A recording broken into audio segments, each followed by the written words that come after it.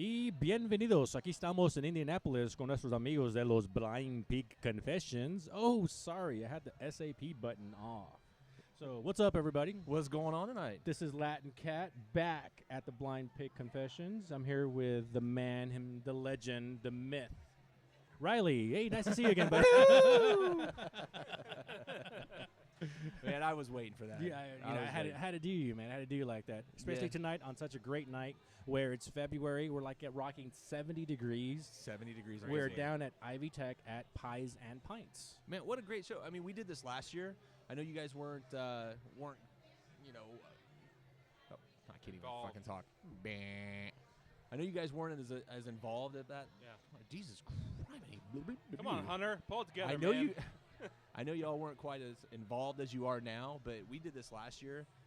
Man, what a great event this was. We had such a good time. And the other guys, we got Jordan, Dougie Fresh, Cowboy, Pat. All the guys are down in Memphis right now doing their thing down there, recording at Sun Records and having a good time. But I'm telling you, they're missing out on a great time tonight. We're at Pies and Pints. They really are. I'm honored to be asked to be back on the podcast. And I brought my buddy along, Scotty K, which is like a monster in his own right because, one, he loves to drink. Oh. Two, he likes to eat. Whoa. Well, and that, in case if anything gets broken on the sound system, he can fix it. So we're good. We're covered all around. Can I ask why am I running sound then? Because you sat in the wrong chair. Damn it. Welcome, Scotty K. Yeah. Thank you. So basically what he said is I'm the fat guy who can turn knobs. Oh, nice. You got to read between the lines. Nice. Touche.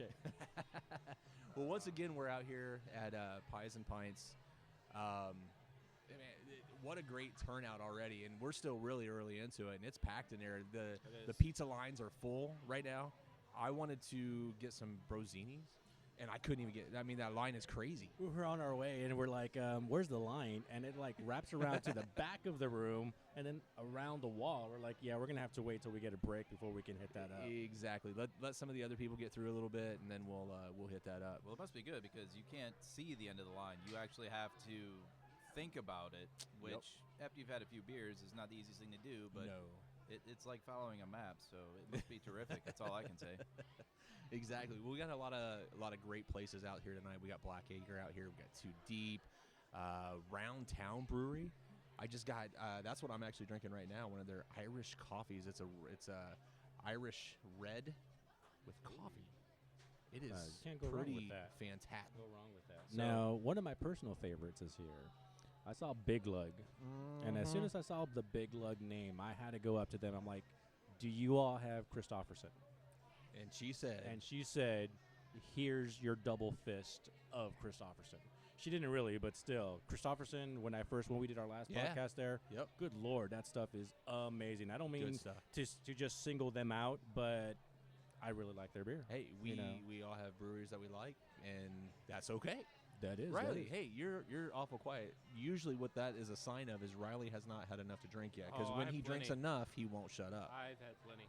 Oh, come on. No, I mean, I'm going to keep drinking. I mean, I definitely am enjoying myself. What are you drinking tonight, or at the moment, I've got, I should say? I've got the Cherry Tart from Ash and Elm. It's only been open for 8 months, and it's really good. And I like the darker beers.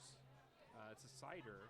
It's very, very good. It's got that winey kind of taste, the cherry tart. It's very, very good. I mean, I have no complaints on this. I tried it out, and I was skeptical because I'm dark, stout type, the only white thing I do is Bigsby, but that thing, it was really not, it wasn't overpowering with sweetness. No. It actually has a very nice flavor to it. It's refreshing, though. It's different from the norm, and the flavor is just, I mean, dang. With being 70 degrees outside? Oh, my God. That's perfect. It's perfect. It really does. Because that's always the big concern to me is when you have somebody that mix in fruit with their cocktails is they overdo it. They oversell, hey, this is cherry or, this has got orange in it, orange peel. Yep. And they overdo it, and the sweetness really kills. It does. It takes away from there's no balance to it. Right. Yep. Right. Now, the cool thing is with Ash and Elm, we actually had them on the show last year, and it was before they were open. So we got kind of a preview of a lot of the cool things that they were doing. So tonight we're going to have them on again. I've already talked to them. They're going to join us again tonight and bring some stuff. So we'll kind of see. We'll get to catch up with them and see what's new and what's coming up for them. So excited to have them back on. That's great, man. That along with the food that we have going around, I mean, yeah, I've only had like sample sizes of everything. Yeah. But everything's great. There was this gluten-free pizza. Was that at Hops and Fire? Oh. And usually people say gluten-free. I'm thinking you're losing flavor, you're losing consistency, you're losing substance. None of that. Really? Like, this was awesome. Like, gourmet pizza, honestly, does not even describe it. It was really good. It didn't lose anything. You could taste everything, and it was very filling at that. So it was really good. I like that. Hops and Fire, man. Good talk. That's off to y'all. Yeah, and that was the thing that Bob and I were talking about when we were tasting the Hops and Fire pizza, was that the crust was actually really good, especially gluten-free. Usually, gluten-free crust, it's kind of woody, a little bland. Yeah. This was actually pretty flavorful throughout. You finished the whole piece. You didn't throw away part of it, which was great. Now, what kind of pizza was it? Was it like pepperoni?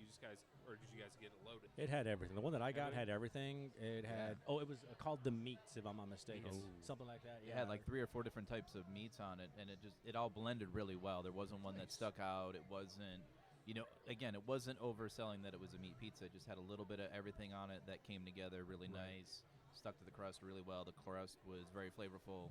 It was really terrific. And that's the thing we've noticed about a lot of pizzas out here. There's not a lot of overly plain things, but not things that are overly creative where you're like, you're really reaching. It's good ideas, but one good idea executed well instead of multiple ideas that just aren't working. Right, exactly. And that's what I like, sometimes the simplicity of what a pizza is. People can really dumb it down or oversimplify it. But this stuff, everything that we've had so far has been great. They've really gone out of their way to bring some different flavors and aromas.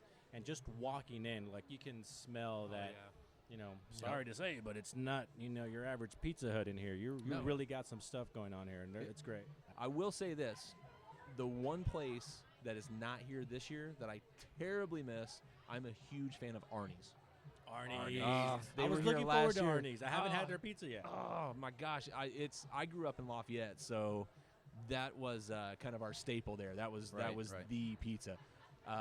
Megan, if you're listening, we miss you. We need to do another show. We actually did a show with Evil Check and Arnie's.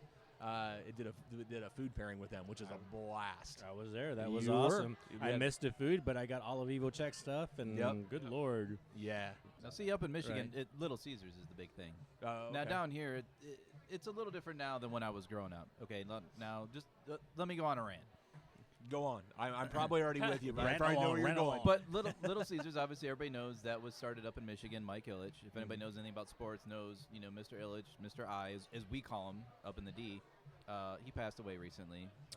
So moment of silence for him. Well, in his honor. Cheers. Cheers. But he was a terrific man. His family, they've kept everything in business. They own the Tigers, Detroit Tigers, and watches baseball. Okay. His company owns the Red Wings. He bought them in the early '80s when they were known as the Dead Wings. Nice. Go Blackhawks. I'm sorry. Go ahead. Awful. That we now have complicated issues at our table. But growing up, to me, it was Little Caesars. It was Little Caesar guy, and they used to come in these huge containers too. They would do the buy one get one free, except you didn't have boxes. They had this huge long cardboard tray that was wrapped in the white paper. That's right. I remember that. White paper. Yep. And I remember being 5, 6 years old, getting that at home, and I couldn't wait to rip open that paper and see what my dad ordered and this and that. And that's what I remember for growing up. So I think every little region kind of has their thing. It may not be gourmet. You might have the mom and pop place that's terrific. But as far as chain places, for me, like Little Caesars will eternally be tied to growing up in Detroit. That's my childhood. So it's about tying it to a memory. Exactly. Yeah. Exactly. Absolutely. And it was a much different experience there. But aside from that, Mr. Ilitch, the owner, I was successful enough to buy 2 sports teams in one city and keep those teams in the city. That's the thing. If you watch basketball, the Pistons, they play in Auburn Hills. That's nowhere near Detroit. That's so far on the west side. Right. It's not even close. And then you think about, the Lions, they played over in Pontiac forever, which was also nowhere near downtown Detroit. Mr. Illich kept the Red Wings and the Tigers downtown, and he actually brought the Tigers further downtown when they made Comerica Park and, got rid of Tiger Stadium. And that man, he bought theaters, he rebuilt inner city Detroit. And my little rant is Detroit's on its way back. Downtown is terrific, and it's because of him, and his family is keeping it going. They're the pizza business and everything in the city and all that. So I know it has nothing to do with Indianapolis. Just don't drink the water. Don't drink don't drink. Don't drink the water. Drink beer. Drink beer. You and Dougie Fresh would get along great. I mean, he's a huge Michigan guy. I mean, he's Sparty all the way, so you guys would get along very well. So cheers to Detroit. Cheers to Detroit. D-Town. By the way, I'm going to go back to it. This Irish coffee from Roundtown Brewery is amazing. Holy crap, this is good. I'm going to have to go get some after I can't wait to get these guys on and talk about this. I got their lager, and I have to admit, too. their lager's actually pretty good. Yeah. It's really good. Yeah, a lot of flavor, and a lot of neat. It's really balanced. We'll talk about it when they get here. Definitely. Yeah. Riley's mommy and daddy came tonight. Oh, come on, guys. Come on. You're going to pick on me now? No. We can say it. His designated drivers are here with him. I'm not that young, guys. Come on. Did they have to sign a waiver so you could actually drink? Or Yep. Only for the podcast purposes. Or. I actually think I am the youngest in this group. How old's Cowboy? Is he 20? Oh, Cowboy is 27? 20. Okay, yeah, I'm the youngest. Okay. So I'm about 25 and be 26 in April.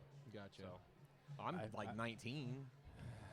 I feel old. Yep. Yeah, right. I know, right? You said 25, 26. I'm like, I don't remember back I then. don't. But too much whiskey. I was about to say, I don't remember last Jump week. the So border. it doesn't really say much. You jumped the border then.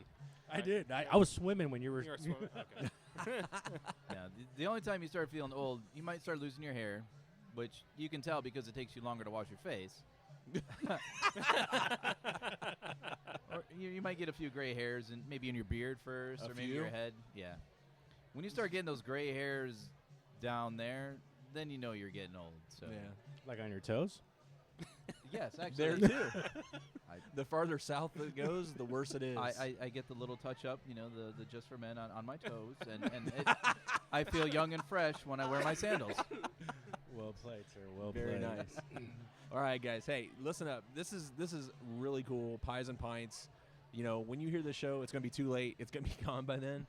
But you got to come next year. Listen, Make it next year, definitely. Absolutely. Yep. We got local beer here. We talk about this. What a great community that the local craft brew scene is. But that said, so's the local craft pizza scene. I mean, we've got Brazzini's out here.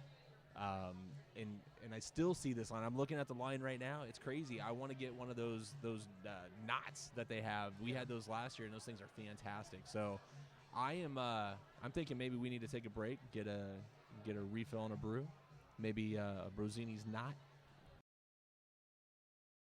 All right, we are back at Pies and Pints.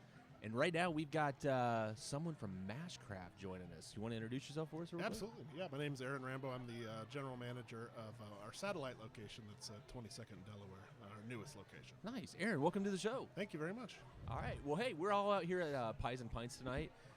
Tell us a little bit about what you brought out tonight, kind of what's going on here tonight, and we'll go from there. Sure, yeah, this is an awesome event, awesome fundraiser for a great cause. Obviously, a lot of amazing pizza and a lot of amazing beer, so... Tonight we actually chose to bring 3 different beers with us. We brought our, you want me to just list them?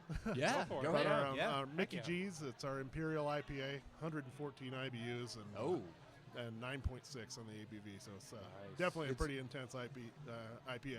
Absolutely. We also brought our one of our house beers, our Mashcraft Red, which is something we have on tap all the time. We have 4 different house beers. Okay. And we brought our Ginger Snap, which has been wildly popular this evening. It's pretty much like a ginger snap cookie in a glass. So nice, interesting. It's a spiced ale with a Pilsner-based malt. Pretty light on the IBUs. Okay. Virtually none. Yeah. So little ginger, little cinnamon, definitely sweet. It's a nice gateway beer. It's a gateway beer. Yeah, exactly. It kind of gets those ones that are interested in craft beer. this is a nice one to start off with and kind of. Sure, you could tell if I start describing, say, the Imperial IPA and people shudder. I say, well, let's try the ginger. Let's stout try and go this. for that instead. Yeah, exactly. I'm actually tasting that ginger one right now. It would speak to the holidays and a family event. You know, nice. It's, Absolutely, yeah. Terrific, cookie in a spices. glass. Yes. Very cool. So, you said you have a satellite location. Where's the main location? The main brewer is in Greenwood. Okay. It's on 135 and County Line Road in Greenwood. We've been open about 3 years down there, and we were so successful there. We said let's try a downtown venue. So it's a brand new development at 22nd and Delaware. Oh, cool. With 47 apartments upstairs, and it's a mixed use retail right in the middle of the Fall Creek Place neighborhood, which is about 5 blocks from where we are right now, and it's a great neighborhood. I've actually myself lived there 10 years. So I live 2 blocks from the brewery, so full disclosure, I got to walk to work and talk about beer. So you don't get snow days. No. Yeah, I can't use that excuse. I have to break my leg or something to get out. So when did you actually open up there? We opened about 9 weeks ago. Oh, wow. So real recent. Really recent, yeah. The cool. building opened maybe 4 weeks before that, and then we opened up, and we went from bare studs to open in about 5 weeks.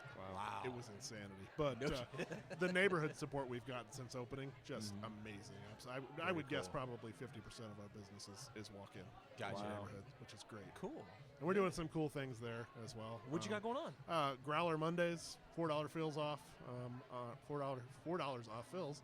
Nice. On Thursdays, we do $1 off pints. What else do we have? Just this Wednesday, we started our live music Wednesdays, so we're going to have live music every Wednesday night. Very cool. So that's definitely cool. And we're open 7 days a week as well. So. Oh, wow. Perfect. What's your hours? Monday through Thursday, we're 4 p.m. to 10 p.m. Friday and Saturday from noon to 11 p.m. So we're open pretty late. Yeah. On Sunday, I think we may have the record for latest brewery. We're open till 9 o'clock on Sundays now. So you can come fill your growlers till 9 a.m. or 9 p.m. on football nights. So. Make your rounds and up at the right place at the right time. Super Bowl Sunday halftime, we had people running down the street. Nice. Very cool. So what? I know we're kind of getting started in the event season right now for all the different brewers events we got going on. What you guys participate in any of those coming up? I mean, we do all the local events. We just got done with Winterfest. Yep. And we do some of our own events too. Actually, tomorrow we're doing Stout Bonanza. At our main location, we do it at Bonanza. Last year it was Hot Bonanza, so we have 16 different stouts from actually all over the country, and a lot from Indiana, a lot from here locally too. So, and it's a competition of stouts, and there's a trophy involved and all that. So I like that. You had me at stout. Right? Yeah. Nice. Very cool. Which is a stout is predominantly you get a lot of people drinking that more often during the winter and everything. Absolutely. Yeah. And we're 70 degrees today in Indiana. Right. I mean, it'll be 35 tomorrow. Exactly. Tomorrow will be better weather for stouts for sure. It's Stout Saturday. It is. Exactly. Well, I'll tell you, we've got a garage door at the main location. We've had it open for 2 weeks. Isn't that crazy? Wow. It's absolutely insane. So we'll close it tomorrow, I guess. Close it tomorrow. Right. I mean, make sure it works. You Sure. Got to keep it functional. Very cool. Well, Aaron, hey, we appreciate you stopping in and joining us. Man, we got to get down and just we'll set something up and we'll come and do a full show with you guys. I'd and love to have you. Absolutely. Awesome. Thank you so much for having me on. Aaron, cheers. Thanks. Cheers, Aaron. All right, Yeah. We are back once again at Pies and Pints. Guys, what amazing event this is. I mean, wow. I mean, turnout is great. The beer is great. The pizza's great. Right now, we've got Haley joining us, who is the guru of all things Pies and Pints and Arts for Learning, right? Yes, I am the marketing communications coordinator at Arts for Learning. So I guess you could say I'm the guru. I'm the one that makes things happen somewhat, along with the rest of our staff, and gets to talk a lot more about Arts for Learning and Pies and Pints than the rest of them. So, joys of being in marketing. That's right, exactly. Yeah. And there's so much going on. I mean, we got a lot of local breweries, a lot of local pizza places and everything, but this is all for a great cause. So, I mean, so what's going on? So, Pies and Pints is all benefiting Arts for Learning. We are actually the oldest and largest arts and education organization in the state of Indiana. We've been around for 55 years. Wow. So we do arts programming all over the state. So as far north as Michigan City and as far south as Evansville. We're all over. We're in 29 counties. Just last year we served over 61,000 kids. Each of those kids on average got about 3 workshops too, so it's not like we're just showing up once and doing a performance. We're staying in a lot of those places. And we do programming in schools, community centers, after-school programs with professional teaching artists. So our teaching artists actually are all artists in their own right, but they're all trained to take their art form and tie it with the curriculum. So they do things like Math in Your Feet, where they're teaching math concepts through dance. It's kind of a whole different way for kids to look at it. It's different, but cool. Yeah. Very cool. So what's the age ranges on that? We are from pretty much birth till high school, and we actually do a senior program as well called Collaborations of the Generations, where we have students and seniors from senior community centers work together, and that's a residency program. So that's a long term. It's typically about a 2-month thing with starting, and they work with a couple different artists on a couple different things, storytelling, dance, or just to name a few. And then we go as young as we have programs that are our lullaby programs, and those are for like your wee little ones. Really? Like, Wow. real small. And then we have That's really preschool. cool. We have a really large early education program. We work with Day Early Learning and a couple others around. So we have artists that can fit pretty much any need in any age range. That's really cool. That is really cool. As a father, I think that's awesome. So We like it, yeah. Yeah, exactly. Now, obviously, Pies and Pints, has done pretty well because this is the second annual. It is Pies the and second Pints. annual Pies and Pints. Yeah. We had a great time last year, and we just kind of got the chance to grow it this year. We made some new partners. We brought in some new breweries, some new pizza faces. We brought back some returners that were favorites. We actually have our crowd favorites from last year, which are Brozini's and Ash and Elm. So happy to have them back. Happy to have some new places. We'll actually be announcing winners of this year's crowd favorites in just a second. So that'll be great. Cool. And our judges' favorites. So we've got a couple of returning judges and some new judges. It's great. Now, do you know the results? I do not yet, actually. You don't? I'm going to be told. People are able to vote on the Yelp app for it. So I'm going to be told by the Yelp people. Oh, okay. I'm not privy to that It's all data scientific just yet. and all that. I don't have that power just yet. So what do the winners get? Do they get something like a trophy They or do. bragging rights till next year? So we have some pretty cool trophies. We've got I can't remember what exactly we called it, but it's a beer pitcher trophy. It's gold. It's pretty great. Nice. So we've got that one, and then we've got a pizza trophy that is a pizza cutter in a nice little frame for them. So, and it has last year's winners on it too, so they get a chance to kind of say who they beat out, I guess, or if they're a repeat champ, they get a chance to brag about that too. And I know both of our winners last year both had those trophies, so they're kind of a rotating thing. They get to take them with them and call it a day. That's cool. This is cool. We, and we talked earlier, Haley, we kind of been going back and forth and everything, but all the other guys are in Memphis, and I was like, look, we got to figure out a way to get here and everything, because we had such a good time last year. Yeah, we liked having you guys. Yeah, so, we'd love to do third annual, fourth annual. Yeah. Keep it going. Exactly. This is such a great time and a great cause. That's one thing. I mean, we go around to a lot of different places, but what this is for and what this stands for and what this benefits is really cool, and it's cool to be a part of it. Yeah, we're glad to have you guys here, and we're really happy to have everyone just learning a little bit more about Arts for Learning. It's great to have everyone here not only enjoying pizza and beer, but also kind of getting a chance to hear what we do as an organization, which is great anytime we can get a chance to share that. Absolutely. Cool. All right. Anything else coming up for Arts and Learning that you want to tell us about before we go? It's not pizza or beer related, but we have Chocolate Fest, so that's a whole different side of it. So if you love chocolate, then that's coming up April 8th. I don't know if you've seen these bellies.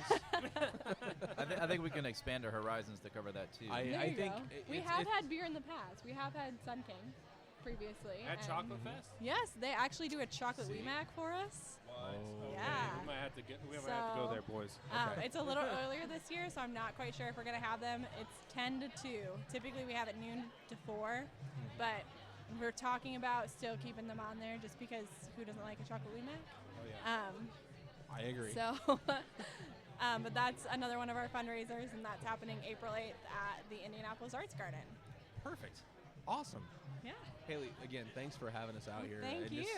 This is such a great cause, and we're just honored to be here with you tonight. Great. Thanks for being here. All right, everybody, Haley. Thank you. And we are back. Hunter had to go take a pee break because he had this bladder of a small child. So the cat is back, and we'd like to welcome a very special guest. Please, Aaron, where are you from? I'm from Ashen Elm Cider Company. Now, good Lord, Riley and I were talking about this just a couple of seconds ago because we both had the Cherry tart. Cherry tart. Yeah. I'm a very big stout guy. Like, not me as far as girth or anything, but I like to drink stout. Stout fan. Yeah, I know. And I tried your cherries. And not your cherry personally, but the beer that you guys are doing, the cider. It is very fucking good. Thanks. Like, Thanks. I totally dig it. Like, it was not what I was expecting. Like, obviously, we're here to try everything, talk about it, see what we got going on. Yeah. And it's in no way like a stout. It's no way like a stout. Yeah. I'll give it that. But it's also no way overpowering The sweetness. in what you would expect to be. Yep. You know, I really liked it. You know, it was nice. It was mellow. It was refreshing. Doors are open. It's, 60, 70 degrees out. It felt right.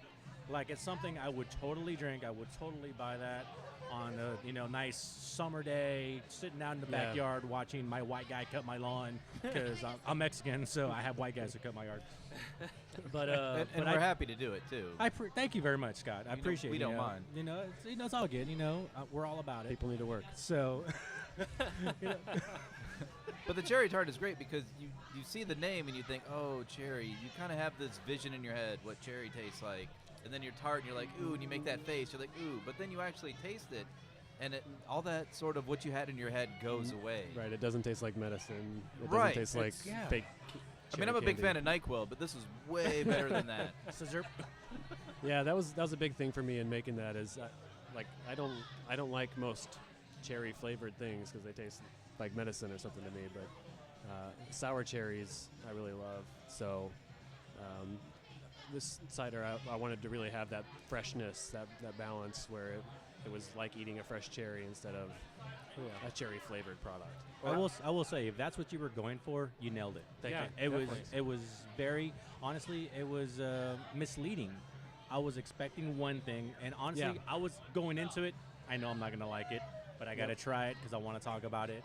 And I apologize now because I liked it. It was very flavorful. I get that. I think it's very fair, especially with where ciders have been in the United States in the past 20, 30, 40 years. There's not been a whole lot of good real ciders, craft ciders, things that aren't full of you knocked it out of the park. Artificial flavors and things. I drink cider all the time, and you knocked it out of the park. Thank you. Man. It's Thanks. very, very good. Everybody who's been trying their hand at cider have failed where you have honestly succeeded, and I've tried a lot of them.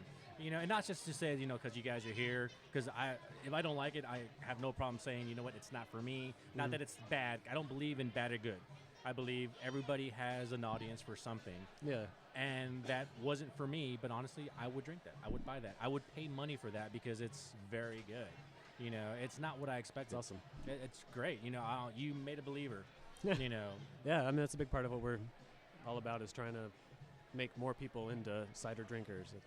I think there's a cider just like there's a beer or a wine for almost everybody, and a lot of people just haven't had that opportunity yet, and that's one of the things one of the reasons why we wanted to start a cidery is because that opportunity is really exciting to us to be a part of educating people and a part of creating more options. Well, let's go do that. Now, you guys have only been around a short period of time, right? Yeah, we've only been officially open for 7 months.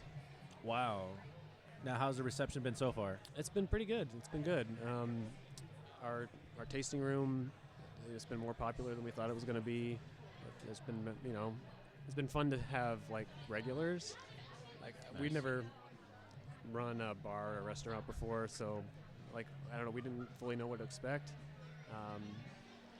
We didn't really expect to have people that had this become a place that they come every week and love it. So it's just really fun to have that experience. Now, see, that's a great success story, especially when you say you have a full tasting room. That means people are curious, they want to come check it out, and then they become regulars. So that's how you know your product is on the right track and you're doing the right thing. Yeah. So it's been really encouraging. I remember we had you on the show last year, Mm-hmm. Not us particular, but Hunter and Right. Jordan and Cowboy, and right before you guys even started, you guys have taken off. It's just it's crazy. And we're still super, super tiny, but it's Still. it's been cool. Yeah. So how old are the recipes? You've been open 7 months, but I have to imagine these recipes took a while. I mean, the results speak for themselves, but obviously it started with an idea. How many different itinerations did it take before you this is it, this is our product? Not that many. Wow. But we have been working on this for probably 3 years at this point, so it has been a little while in the making. The cherry went through a couple different iterations, but I mean, a lot of it's just about using really good ingredients. We're using just 100% fresh pressed apples,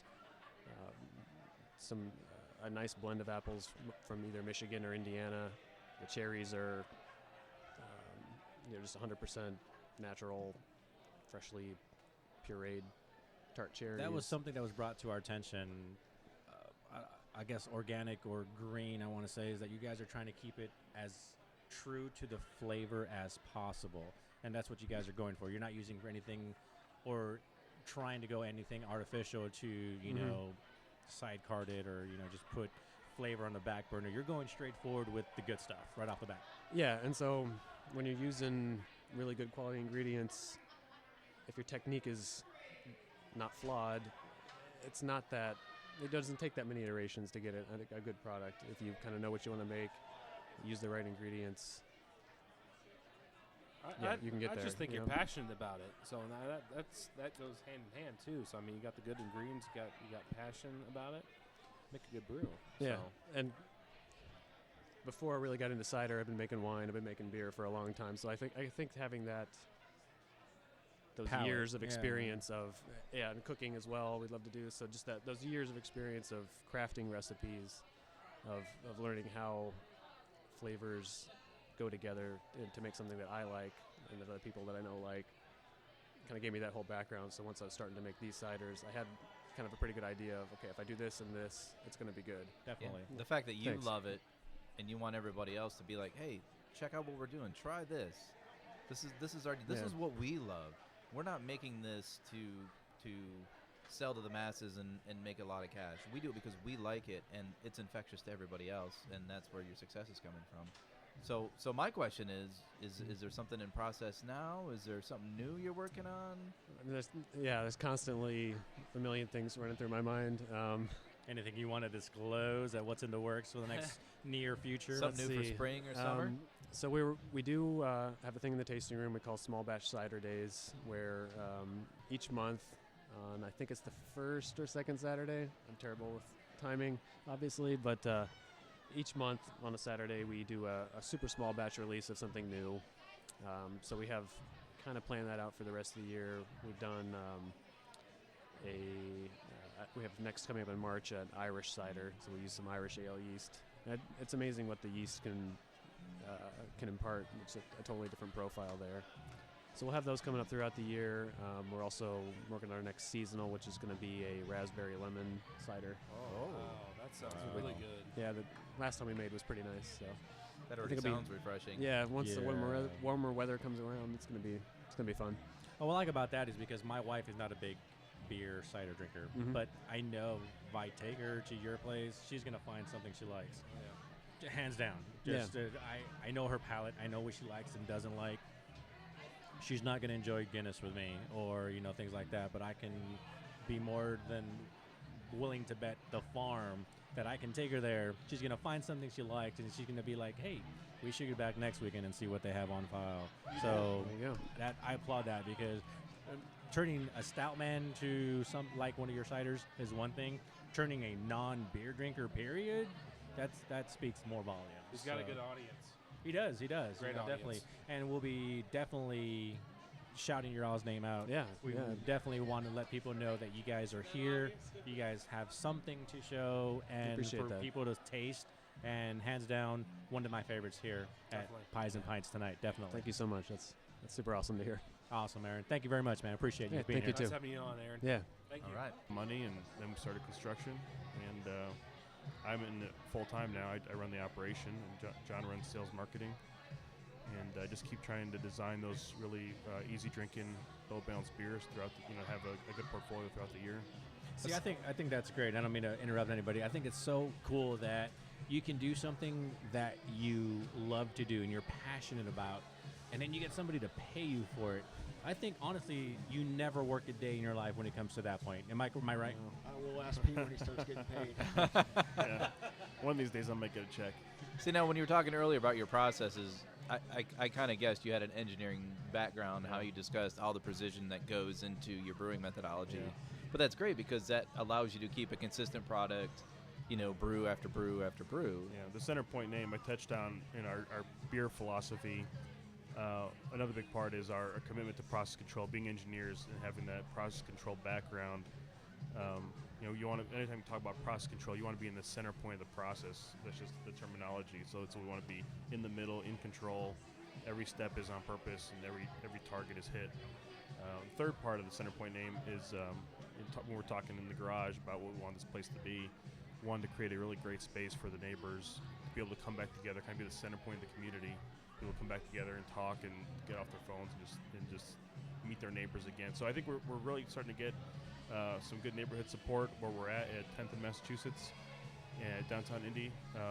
Neighborhoods coming together. We got 3 great neighborhoods there. A lot of people are coming in, loving the space. So I just welcome everybody to come in and hang out and just talk beer. And we love talking about the process of beer. We got tons of home brewers that come in, just want to bullshit about how to make beer, and we chat them up all the time. We love talking about it. Hopefully we keep all the work, give them a brew yeah, or something. yep. That's one thing we found with the community here in Indianapolis is that no one is afraid to talk to anybody else. Like, it's like, hey, everybody's door is open to talk beer, talk ingredients, talk processing, talk time frame, talk whatever. No one's being, a dick about it and be like, hey, you know what? No, this is what I'm doing. I don't want you to learn my secret. Especially on the professional side. It's been, because we came out of food manufacturing. A lot of the other guys in town are coming from brewing and being keg cleaners to stepping up, learn how to brew, and then opening their own places. And everyone's been so helpful and so welcoming. It's really been refreshing from other industries. I don't know if you mentioned this before. Sorry, I joined the conversation a little late here, but so Derek, our head brewer, Derek Herring, is an engineer as well, graduated from Rose-Hulman.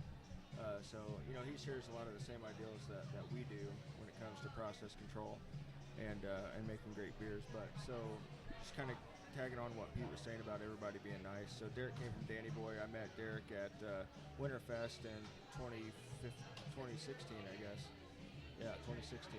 And, we just started talking from there. Him and Dustin Brown up at Danny Boy have been very helpful to us. They used to brew on our system that we bought from Cutters, so they work together out there. So it was really easy to have them to help us along whenever we're scaling up our recipes on that system because they knew it like the back of their hands. So. That's really cool because we've had obviously other brewers here, and we have often heard the passion behind something.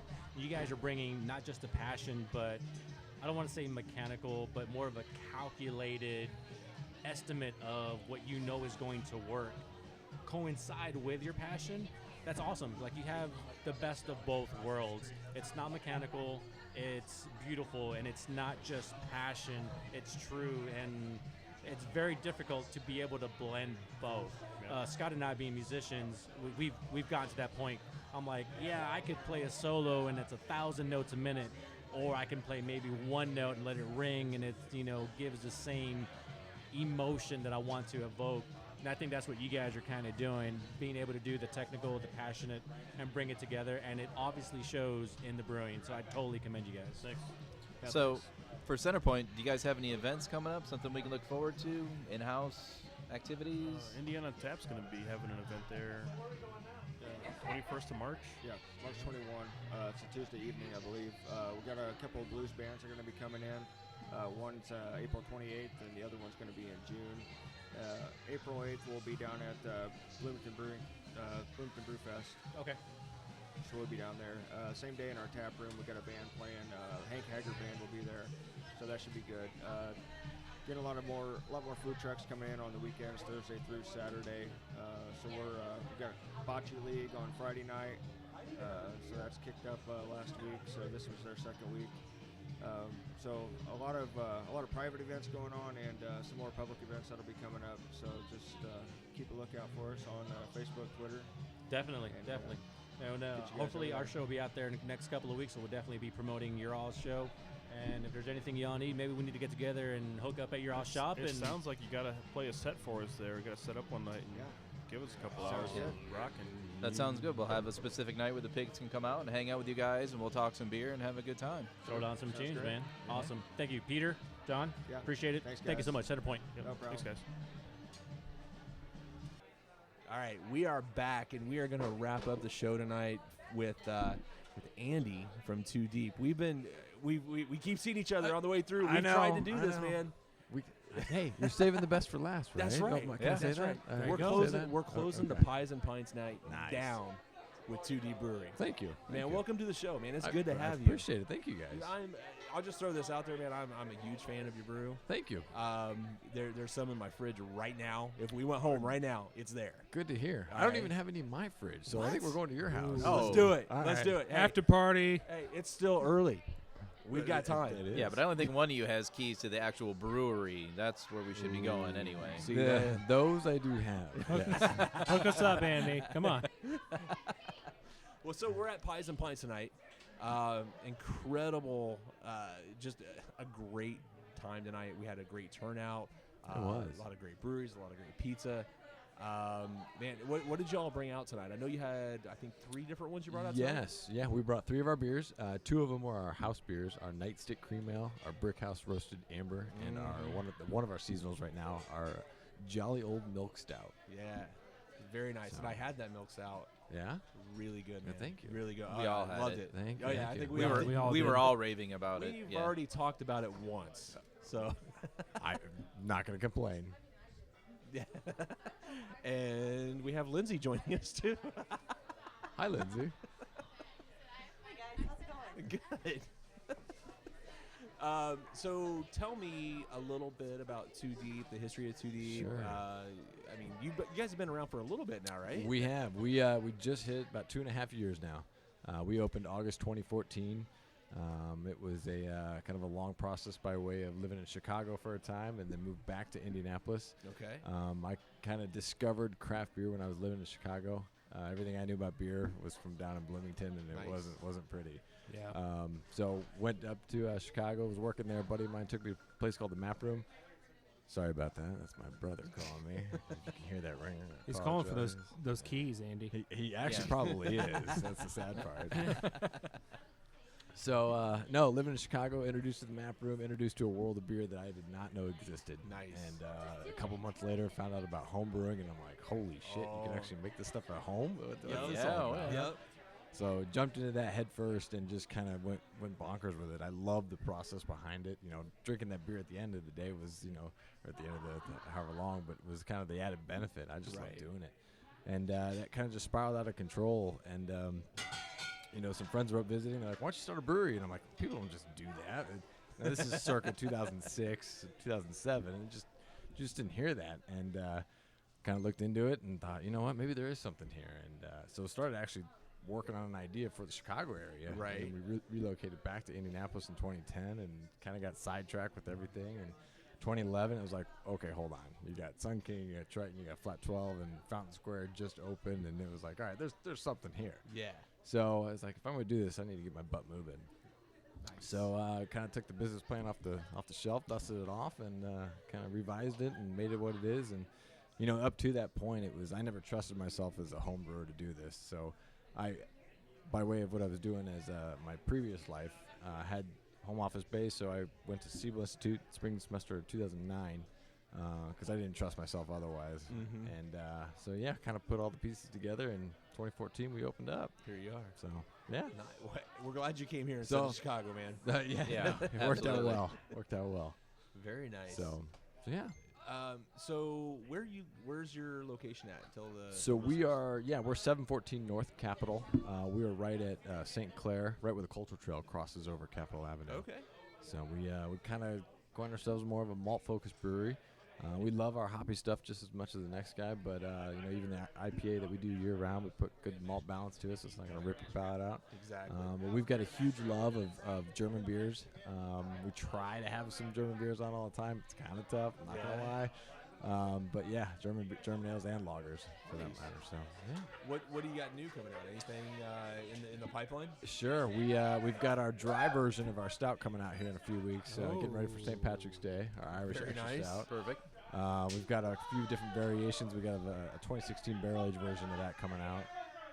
We've got a few different casks that we're going to be doing for St. Patrick's Day. So we got some crazy stuff lined up. So. I might have a new place I'm going to need to come on St. Patrick's Day. Yeah, we need to we're doing kegs and eggs on and St. Patrick's Day. Kegs and eggs. We're going to open up at 10 a.m. So nice. Have some hoops on the screen and have some beers on tap. That time of year, right? Exactly. Very nice. So very cool. What other festivals you guys got coming up that you'll be representing at? So we've got Bloomington coming up here the first week of April. Okay. I'm trying to think. We got anything in March outside of St. Patrick's Day? I need to check with the schedule master. Fortunately, I can't keep it all straight. But yeah. I mean, we're kind of getting into that festival season right now. There's something every weekend. Yes. April is loaded already, so I'm hoping March we kind of ease into it. We're actually doing a special brew with Liberation Roasting. Okay.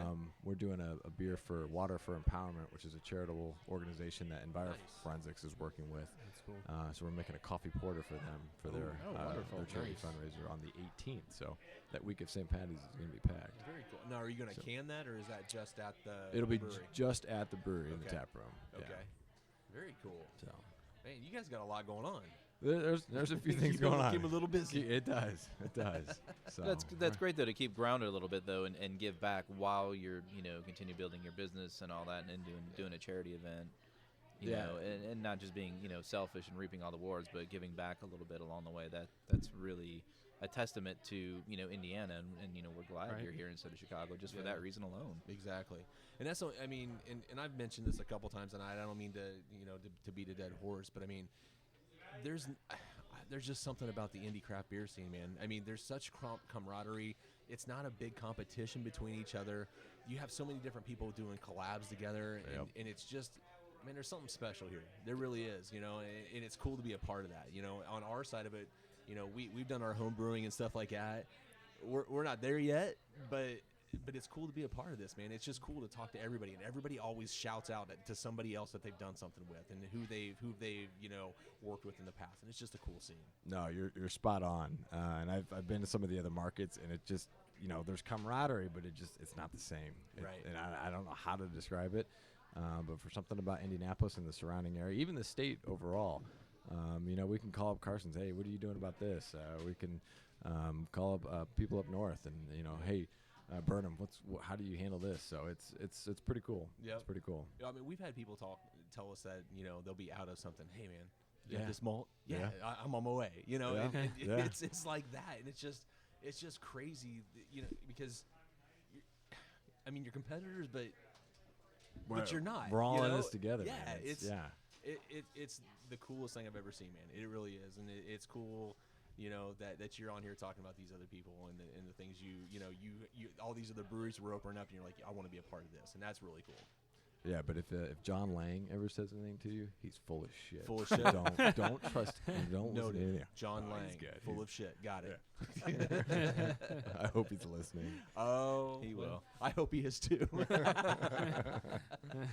All right. Anything else you got coming up that we need to know about beforehand? No, we're just looking forward to getting through March here. Start the festival season really big and strong in April, and we got some. Like I said, we got our dry extra stout coming out in March. We've got our Maibach that'll be hitting this spring. So we got a lot of fun stuff happening. Lots of stuff. It sounds like it, man. Hey, can we come out and do a show? Dude, love to. Dude, that'd be awesome. Come hang out at the tap room. Absolutely. Serious. We'll just do a full show of this, man. I think we'd have a blast. St. Patty's Day. Yep. Let's do it. Yeah. You might see some rare form going on that day. That may be one of those after-hours shows. But also a big selling point, too. It would Exactly. be. Yeah, true. Exactly. True. No, we'd love to have you guys out. Dude, we would have a blast. We'd have a good time. I'll make sure I talk to the A-team, The D team. Yeah, the B team is on air tonight, so we'll send the big dogs. Sounds good. Nah, we'll take you guys. All right, cool. Let them stay They can home. stay home. I like it. I like it. Yeah, just we'll give you a card when you email us. Just request the B team. Exactly. And B team only. Exactly. There you go. Andy, dude, thanks for being on, man. No, I appreciate you guys. Thank you. Thanks for being here tonight, man. Great this cause. Was fun. This was awesome. A blast, man. You guys, this is your first year here, though, right? It is. Yes. Yeah. Yes. We had a cool. schedule conflict last year that we couldn't come, so cool. I was excited. I am beyond stuffed with pizza right now. Oh my gosh. Oh yeah. The Brazzini, dude, those garlic balls, whatever those.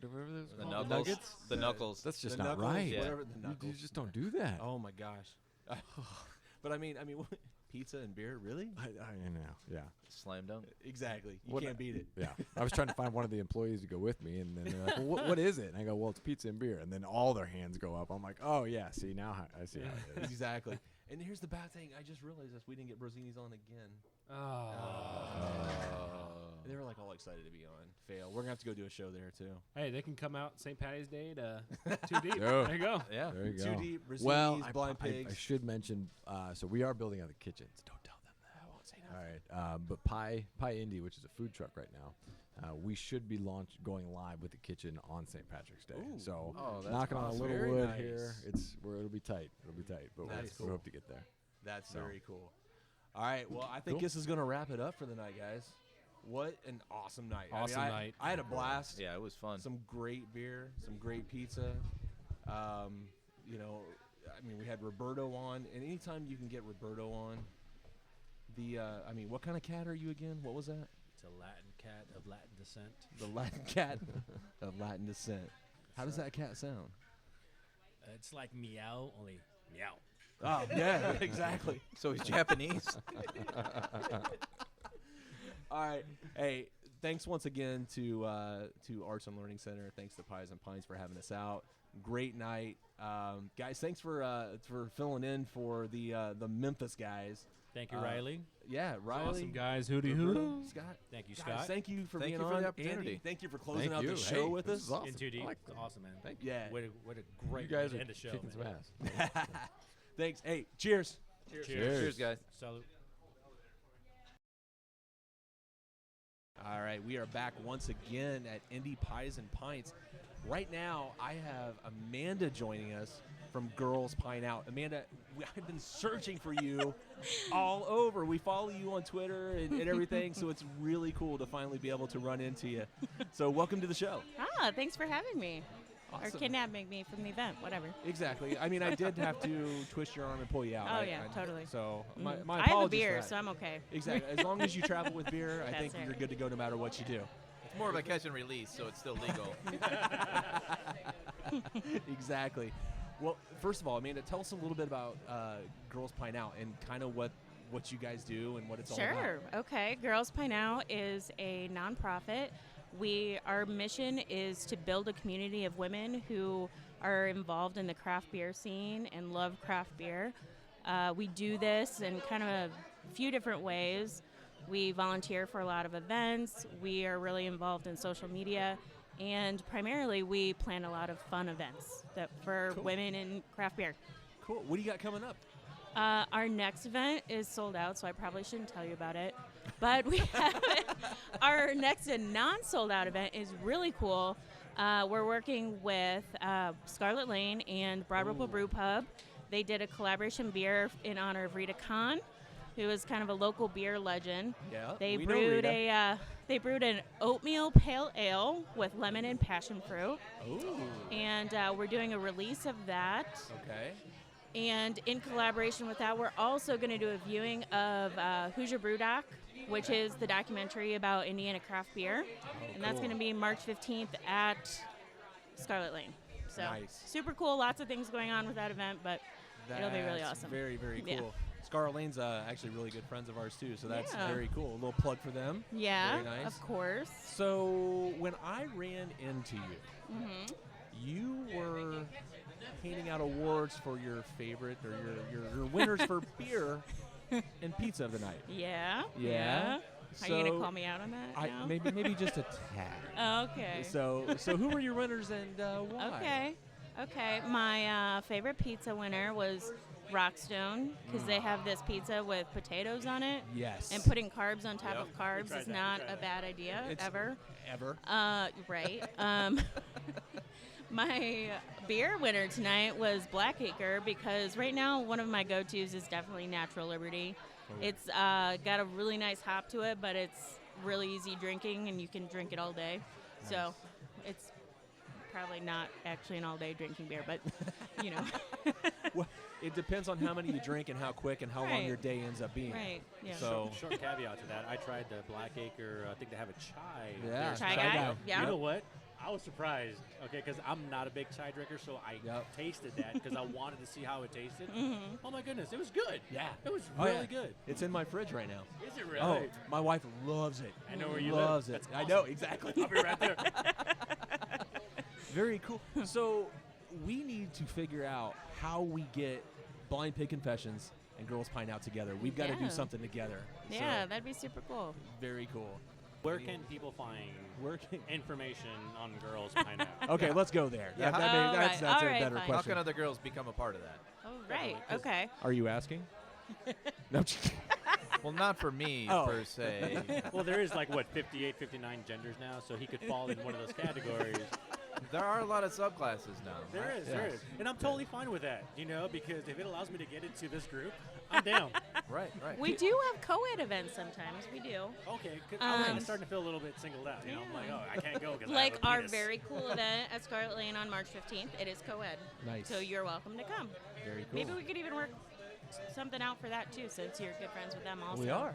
That'd be fun. That'd be a lot of fun. So you can find us multiple ways.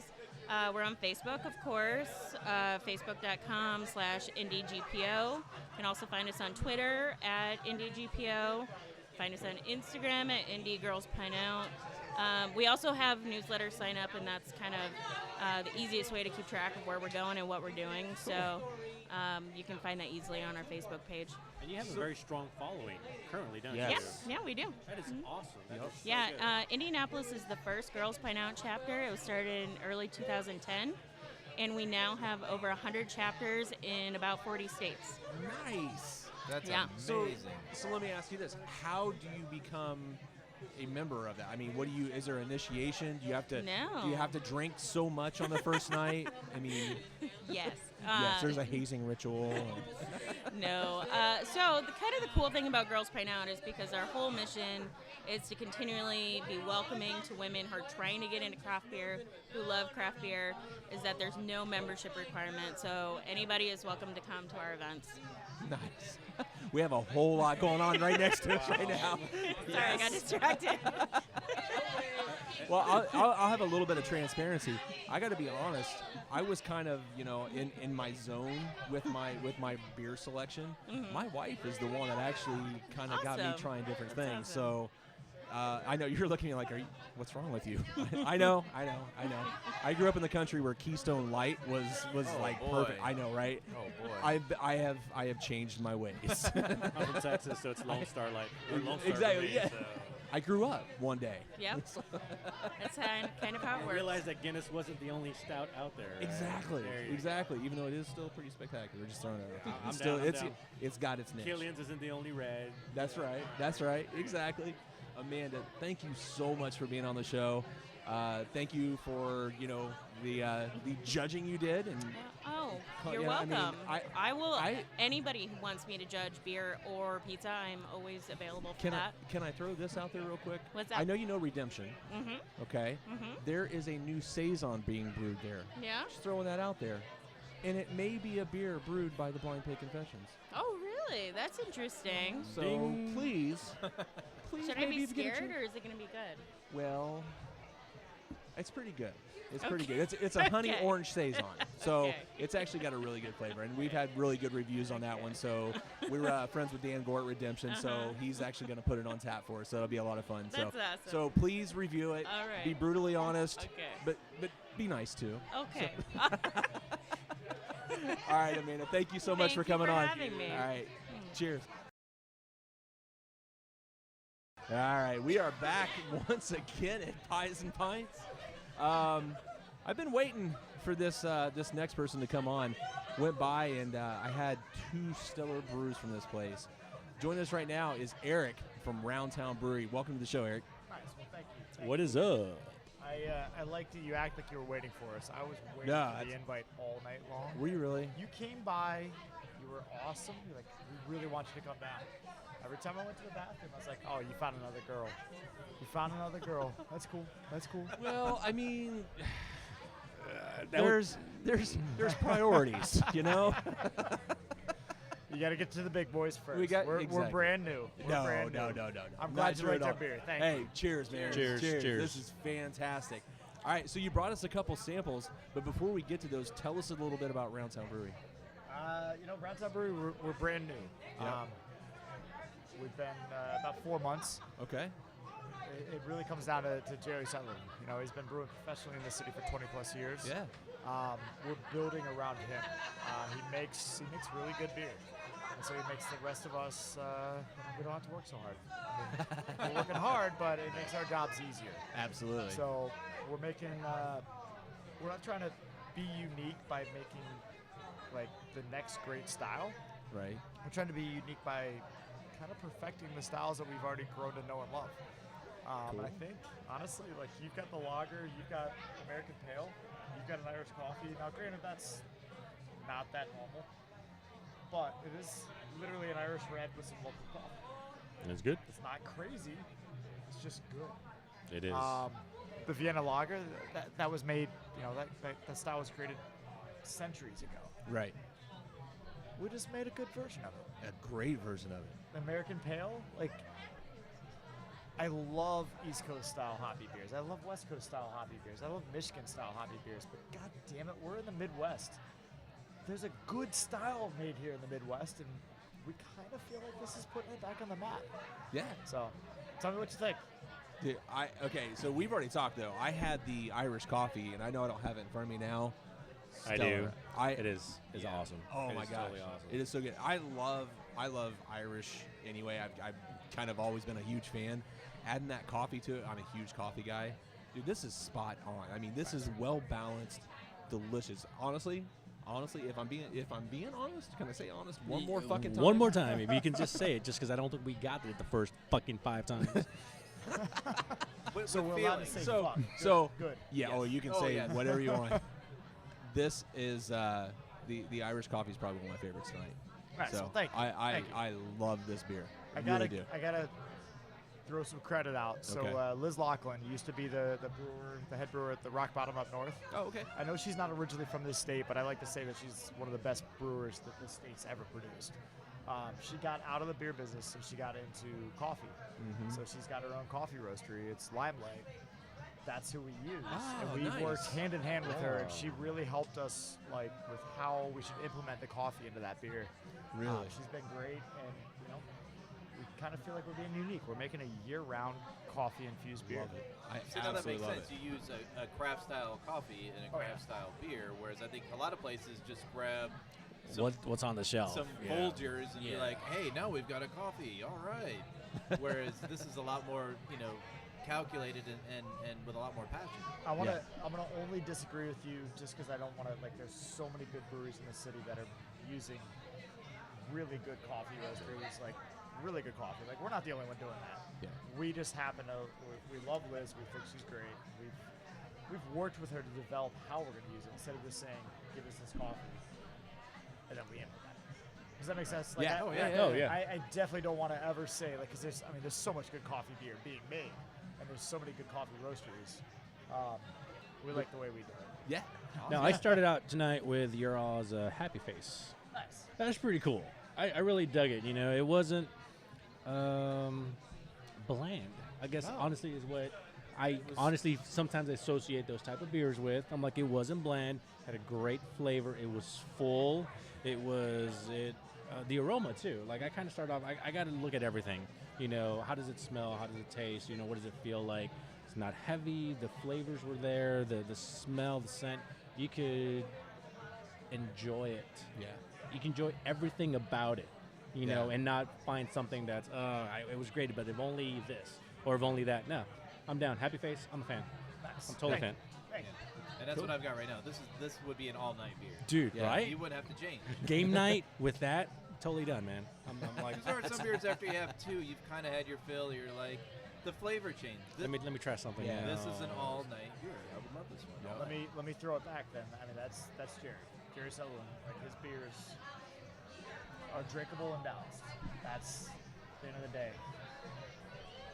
So obviously he's the mastermind behind a lot of these. What's in development now? What are we working on? We actually just released an English porter 2 nights ago. Oh. I had to actually pause if you want a small story. So I was out, had the release party on Wednesday. It was being kegged off Wednesday morning, so I'm out on my sales route. Part of my job, I write the description. Got stuck up, hung up with some accounts, and by the time I got back, the release party's already been going on for an hour. We don't have a description for it yet. So I poured a pint, went back to my office, went through my process, took sort of the smell and take notes on what I'm smelling. Took a sip where I would normally start to take notes on what I'm tasting. I had to just put the pint down and go out and find it. Like I was giving a big compliment. I just didn't want his ego to get too big. I was like, Jerry, this is one of the most true to style and best porters I've had in years. I mean, this is dead nuts down the center of the style guidelines. This is such a good beer. And he just said, yeah, I thought the same thing. Humble as can be, he's like, yeah, I thought the same thing. And then I had to go back to the office and finish writing the description. Wow. It was pretty cool. The next beer we have coming out, Jerry's always been known for making a good IPA. The people in the know, brewers and that, know Jerry makes a good IPA. We made an IPA that we released the Wednesday before Thanksgiving. Based on his reputation, it was 100% pre-sold. We delivered all of it the day before Thanksgiving, every single keg. Wow. When I went back out to the accounts in the coming weeks, we need more. That beer's amazing. We need more. So we kind of slow played it a little bit, made sure we let the people that were going to hold the keg for a month or so. Everybody needs to feel special. We also wanted to make sure we could get the proper hop contracts locked in. And once he got that, we decided, all right, it's time to brew it again, and this time keep it. So backed by popular demand, and this time it's not going away. Our IPA is coming back out in a couple of weeks. That's going to be fun. Nice. Very cool. And then we'll keep getting creative. We'll figure it out. That's what it's all You about. never know what's going to inspire you. Absolutely. You guys might inspire me. Hey, I'm all about that. I haven't showered in 3 days, so maybe there's something come out of that. Well, we're definitely consumers, so we should inspire you that way to keep making great beers that, what, we're going to keep drinking it. Yeah, absolutely. Again, we're trying to be unique by just making good beer. Yep. Well, what's Seems like you like it. Oh yeah, absolutely. We're fans already, man. Well, what do you guys have coming up anytime soon? Any other events or festivals y'all are doing? We got the release party for that in a couple weeks. We're working with Indiana on Tap has the Indiana Beer Week. Oh yeah. Bringing it back. We're gonna do a charity 5K for that, starting and ending at the brewery. Like I have a running background. I just thought that would be fun. Drinking afterwards, right? Not before. Yeah, I don't like the whole drinking while running. You gotta run then. There you go. Okay, cool. Just wanted to make sure. It's time, and then run, and then drink. On that note, I'll meet you at the finish line. That's cool. That's cool. You'll be waiting for me, probably. I don't sleep. I don't eat much. I just drink right now, so I can't run very fast anymore. Yeah? I'm sure you'll beat me. You could be my new best friend. Nice. Nice. Cheers. All right, Eric. Hey, I'll tell you what. We need to get out to Round Town and just do a full show out there, man. I mean, we're blown away. We're fans of the beer already. We'll get the show out there, and then we'll do it upright. Nice. I like it. It's on air now, so it's official. It's official. We're gonna make it happen. It's official. We're gonna be Facebook friends after this too. So just throwing that out there. Wow. I know. Wow. I know. Don't. No. Don't cry. Guys. Don't cry. All right, Eric. Thanks so much for being on. Keep brewing the great beer, man. We're fans already, man. We can't wait to get out there and see you. All right. Thanks, Cheers. guys. Cheers. Thank you. We are back at Indy Pints, and we have joining us right now the Indy Drinking League? We are the Wandering Kegglers. What? Introduce ourselves? Yeah. Yes, please introduce yourselves. So my name is Rami. I'm one of the founding members. My drinking league name is Tim the Enchanter. I like it. If you're a Monty Python fan, you'll get it. Okay, yeah. My name is Tali Bevilacqua, and I'm married to the person next to me. Okay. And my name is Betty Ford, and I am a judge here tonight. Nice. I am the one married to Betty Ford. I'm Honey Badger. Don't give a shit. Well, I mean, no, Honey Badger say the never real does. version. No, that is exactly her point. I thought Honey Badger didn't give a... I didn't know how censored this show was. Oh, it's not. It's very uncensored. The later it goes, the less censored it gets. All right. So it's time. All the kids are in bed. We've crossed the threshold, so you're good. Perfect. So, tell me the premise behind what you all do. Several years ago, 5 years ago or so, we were a group of us were out at a drinking thing, as we do, and we realized that we didn't have an easy way to track each other down, and we also realized that we had been doing this enough that we had pretty specific tastes about what we like to drink. So we decided to sort of make it a little more official. Right. We knew somebody that owned a business that could make these kind of things. Nice. And so we started talking to them. We had the first round of shirts that were made were brilliant. They were just T-shirts, but they had the color and look of the Dunkin' Donuts logo, except they said Drunken Grown-Ups. So that was the first round. Nice. The second round, a much larger group. We were on our way to Denver for the Great American Beer Fest, and we decided to make our uniform be like a bowling shirt. Nice. So we had that was where the Wandering Kegglers came around. Okay. Kegling is the name for bowling in German, and a keg obviously is a beer thing. So we were from California to Ohio and down to Florida, where our members were all from. So we all met in Denver with our beer shirts, and that was the start of the real the big thing. Nice. Very cool. Yeah. So this last round, our driving shirts, I think is the largest group. We've got about close to 70 people. Nice. Yeah. Very cool. Now, is everybody, fairly local to the Indy area? No, or? we've got people in California, Colorado, Indiana, Ohio, Florida, New York, and I can't remember where else. There's somebody else, but I don't remember who. Nice. Sorry. So most of us are Indians. Now, when I think a drinking league, do y'all keep score? We practice a lot. Okay. We practice a lot. All right. Well, practice makes perfect. Yes. So. How are you going to get good if you don't practice? Right? Exactly. Yeah.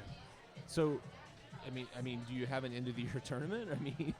No, not at this point. However, we have had some competitive drinking. See, there you go. Yeah. Flippy Cup. Flippy Cup is typically Flippy Cup. The game that wins it all. Yeah, and then there's that balloon pop nonsense. Oh, what's this balloon pop nonsense? Yeah, that's where the balloon is on your ass, and then the person behind you has to pelvic thrust you. Pelvic thrust you into poppage. Look. Oh, I saw some alcohol abuse. Wasn't us. Alcohol abuse. Wasn't us. She's an amateur member. So. Amateur member? Yeah, I noticed she's not wearing a shirt. Is that she's why? New to Did she have her shirt removed? Well, there must be some sort of initiation, right? I guess. You can't just walk in and be handed a shirt. No.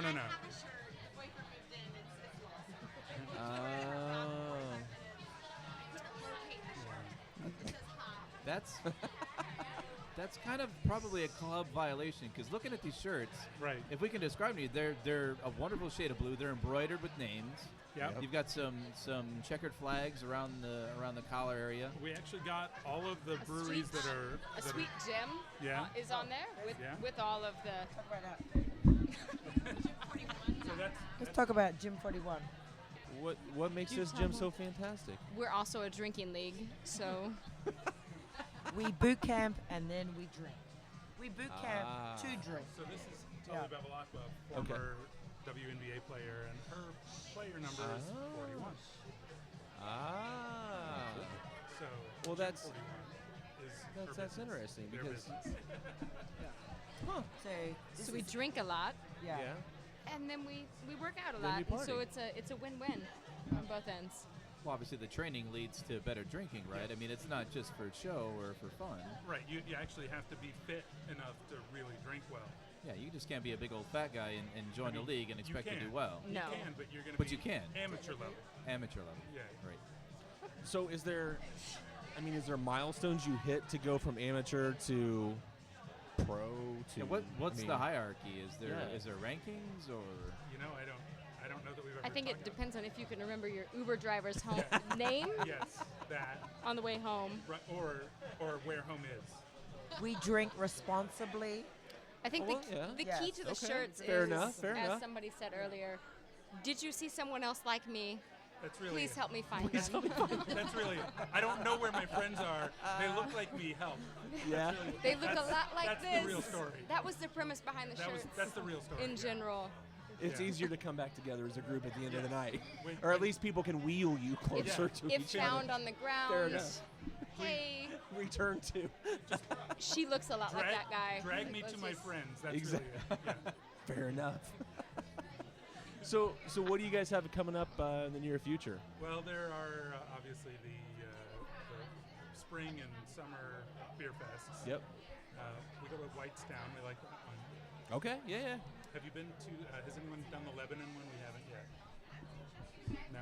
No. No. Actually, I think we might be going to that one this year. We actually talked about that one. Yep. So all of those. We've heard good things. All right. Yeah. Nice. So I don't know anything about it other than that it's coming up. Cool. Very cool. But I just want to give a shout out to Beer Brewery. Yes. Oh, well, actually, let's talk about that because you were another one of the judges tonight. That's correct, and I chose them tonight for their backpacking beer. Yes. It was. Cheers. That's what I'm drinking right now. That one. Yeah, it was terrific. Very nice. Yeah. Chocolate kind of out there. Yep. Exactly. So they were tonight's my pick for brewery of the night. Very cool. What was your pick for pizza of the night? Brazzinis. Brazzinis. You can't go wrong. Whoa. Those knots. So good. I mean, forget about it. Wait. Something about the moose knuckles. I thought they were called moose knuckles. Is it not knuckles or bowls? Were they called knuckles or bowls? They're knuckles. What is a moose knuckle? I don't know. It's the male camel toe. Oh, okay. Yeah. Never heard that. There you go. I like them. I don't. Nope. You may have seen it. You may have felt it. You look like you want to say something, but you keep stopping yourself. I mean, I'm telling you, this isn't an appropriate show. There's far too much restraint. She's just putting up a wall. I know. She's building a wall here. Don't, whoa. Roberto's right there. Don't talk about a wall. Keep him out. It must be his knuckle in the way. Keep his moose knuckle over there. Awesome. Well, hey, we've got to figure something out, and we've got to do an event together. I mean, you guys are too much fun. I've watched you guys all night from one place to the other. You guys are just having a blast tonight, and I respect that. That's what life is all about, though. Isn't it, though? You got to have fun. I agree. You got to have a bit of everything. That's right. And you got to have good people to do that, have that fun with, right? And a solid Uber driver. And a solid Uber driver. Yes, that's why I brought my wife. Perfect. Exactly. Well, thank you guys Absolutely. so much for being on. Cheers to all of you. Thank you. We need to figure something out soon. All right, come back and see us. All right. Good night, guys. We are back once again at Pies and Pints. What's up, guys? What's up? As the night goes along, Riley starts to talk more. So, Riley, take over. So, I just ran into somebody that I haven't seen for, is it a decade? Has it been that long, Anna? It's probably longer than that, but we'll say 5. 5 decades? No, 5 years. Okay, I was going to say, I was like, holy cow. Probably longer than that, but we'll say 5 years. 5 years? Okay. Yeah. So Anna That is sounds actually one of the Donato's representatives here at the Pies and Pints event that we're at here tonight. She actually used to work with my father, who is at MS Communications. I haven't seen her in a good 5-10 years. It's pretty crazy. So what have you been up to, crazy, Anna? Right? So obviously I worked with your father. Yeah. And I was the sports marketing director for 1070 The Fan. and then came to Donato's to be the regional marketing director. Kind of a little step up. So I've been here since July. Nice. Very nice. Yeah, so I haven't been gone long. And who's your associate here? He actually works in the store. He works at our downtown store, which is our busiest location. Nice. I'll let him tell more about his fun days. I just bring the food. I sling pizzas. That's right. I just do what I'm told. It keeps us all I think he does out the of trouble, scary right? stuff. Right. Like delivering the pizzas, no. Yeah. No, that's scary to me. Is it? Like, Yeah. I mean, you never know where you're gonna go, or I mean, especially like now, like today. Right. No, I'm good. Right. I'll have to shoot someone, and it wouldn't be pretty. So. Well, I mean, we all have to protect ourselves one way or another. Well, yeah. I mean, whether it's over pizzas, whether it's over Beer. Beer. Exactly. Yes. Or wine. Wine. Yeah. Exactly. Just saying. Just putting that out there for you. Sure. Well, you guys, this is your first year here. I know this is only the second annual event. We were here last year also. So this is your first year here. What are your thoughts? I mean, what do you think? I mean, I'm pretty blown away. I'm actually really excited. I think I'm actually looking forward to next year too. Yeah.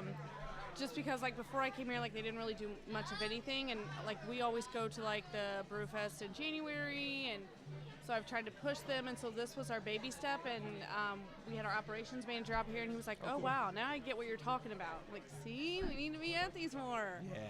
So Well, I think it was a good turnout too. Well, I think, and we talk about this on the show quite a bit. The craft beer scene in Indianapolis alone, the camaraderie that you have, and if you can kind of get into that little circle right there, yeah. I mean that's a great thing. I mean pizza and beer. I mean, How come can you on. go I mean, wrong? yeah. There's Can't beat it. That's Right. an ultimate good. Absolutely. Well, and like I've seen like there's like clubs, like they've got their own little shirts. Oh yeah, we just had them on. I mean, Yeah. Wow. Yep. It's like Wow. a team. Yeah. Like a team of drinkers. Yeah. It's kind of like mean, us, man. I mean, it really is though. It is. So what's Donato's got coming up in the future? So we just released some new products. Oh. So we're super excited about that. We released a new veggie pizza. Okay. And we also released some new shareables. So they're meatball shareables. It's like 12 meatballs with some marinara sauce and some seasoning and stuff. So we've released a few new things, which we're super excited for. Nice. Still praying for snow. Yeah. Don't know where it's at. I never in my life would ever think that I would be praying for snow, but I am. Yeah. Sad but true.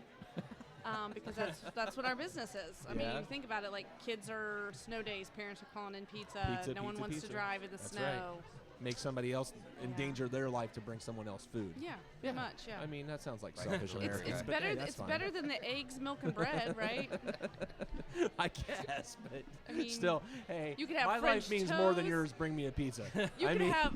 They're tired of French toast, right? They bought all the bread, the milk, and the milk, right, and the eggs. So they're tired of French toast. Right. They need pizza. Or That's ramen. right. Or ramen. Ramen. See, right? Ramen noodles. I read something that ramen's bad. Better call Oh. Donato's. Just saying. See, So- I like your style. Yeah. See, I like it. I got you. Right here. Right here. All right. Well, thank you so much for Yeah. being on and Thanks joining for us. having us. Hey, anytime you need, to have a podcast out there just to promote some pizza, and Oh, I mean, yeah. we'll work for pizza. Well, we do. thanks for making We'll me be feel there. old. Thank you. We'll be there. Thank you. Yeah, I'm pretty sure I'm still older than you, so yeah. I'm going to let you have that. All right. It's all yours. Hey, cheers. Have a great night. Thanks. Good seeing you guys. All right. Thank you. Bye-bye. We are back, and we'd like to welcome a very special guest. We have Peter from Centerpoint Brewing. Hello. Peter, how's it going? How are you enjoying the evening? Terrific. It's been a great night. It's our first time here at Pies and Pints. And we had a great time. Hopefully we'll be back next year. Now, you guys had a pretty decent line going on at your Yeah, stayed station. pretty steady all night. Now, what did you all have tonight? We had our Belgian Double, our Doppelbock, the Winter Wit, and our our Session IPA, the White IPA. Yeah, now I had the white IPA. You had the Doppelbock? I had the double, yeah. Now, I liked the IPA. I dug it, and I'm more of a stout type of guy, to be honest, but I got to try stuff that's out of my element just so I can, I guess, increase my palate. And I really dug what you guys are doing. Now, is there anything y'all are doing differently outside of what the norm is, or tell us your take on it? So we have a red IPA, but we get a lot of people that over the course of our brewing history, we know a lot of people come to us and said, they're really getting tired of big hoppy beers. So how can we pare that back and provide people with still a hop-forward experience, but something they can have more than one of without being just burnt. So we designed that white IPA. It's not so we call it the white. White IPA is now a style by the guidelines. This is not a white style. It's our session IPA. So it clocks in at like 4.6 ABV and 57 IBU. It's extremely well balanced. At Centerpoint, we strive for well balanced beers. Part of our name, Centerpoint, is one is the strong commitment to process control. Beer is an engineered product, start to finish. Water, chemistry, design of the ingredient design, your grain bill, temperature controls throughout the process, and your mash and your fermentation. So process controls are very important to us, and also really well balanced beers that you can have more than one of and be closer to true to style. We're not going to provide any kind of big hop bombs or dragon / peach /